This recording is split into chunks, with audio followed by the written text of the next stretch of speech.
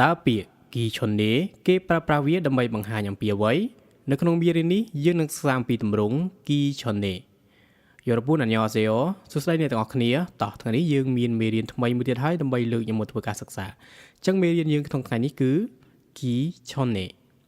តោះសម្រាប់គ្នាយើងដែលមានបំណងរៀនភាសាកូរ៉េតាមអនឡាញវគ្គថ្មីថ្នាក់សាវេទង្ហាប់ Program កម្រិត1ចូលរៀនថ្ងៃទី20ខែធ្នូឆ្នាំ2025រៀនរៀងរាល់ថ្ងៃសៅរ៍អាទិត្យចាប់ពីម៉ោង8ដល់ម៉ោង10យប់ម៉ោងនៅក្នុងប្រទេសកូរ៉េ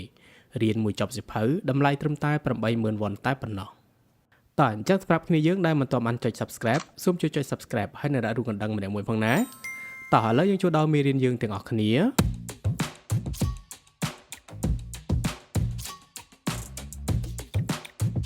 គីឈុននេត្រូវបានប្រើប្រាស់ដាក់នៅពីខាងក្រោយកិរិយាសព្ទដើម្បីបង្ហាញថាសកម្មភាពដែលនៅខាងក្រោយកើតឡើងមុនសកម្មភាពដែលនៅខាងមុខតោះឥឡូវយើងមើលការប្រើប្រាស់ទាំងអស់គ្នាមុខតាលូបដាចេញនៅសល់ពាក្យមកបូកជាមួយនឹងគីឈុននេយើងបានមុខគីឈុននេខាដាលូបដាចេញនៅសល់ពាក្យខាបូកជាមួយនឹងគីឈុននេយើងបានខាគីឈុននេឧទាហរណ៍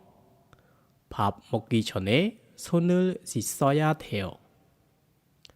밥 먹기 전에 손을 씻어야 돼요. មុនពេលញ៉ាំបាយត្រូវលាងដៃ 고향에 가기 전에 선물을 살 거예요. 고향에 가기 전에 선물을 살 거예요. មុនពេលទៅស្រុកកំណើតខ្ញុំនឹងទិញកាដូគីឈុននេមិនត្រូវបានប្រើប្រាស់ជាមួយនឹងអាត់អត់ឬកេតានោះទេបើយើងចង់ប្រើប្រាស់វាជាមួយនឹងទម្រង់អាត់អត់ឬកេតាសូមមើលខាងក្រោមឧទាហរណ៍잠을 자기 전에 속죄를 모두 끝냈어요. 잠을 자기 전에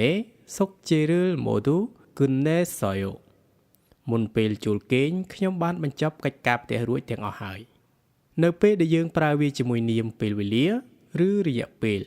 យើងប្រើឈុននេវិញឧទាហរណ៍방학 전에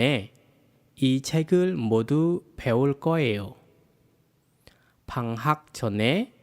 이 책을 모두 배울 거예요. មុនពេលវិស្សមកាលនឹងរៀនសៀវភៅនេះទាំងអស់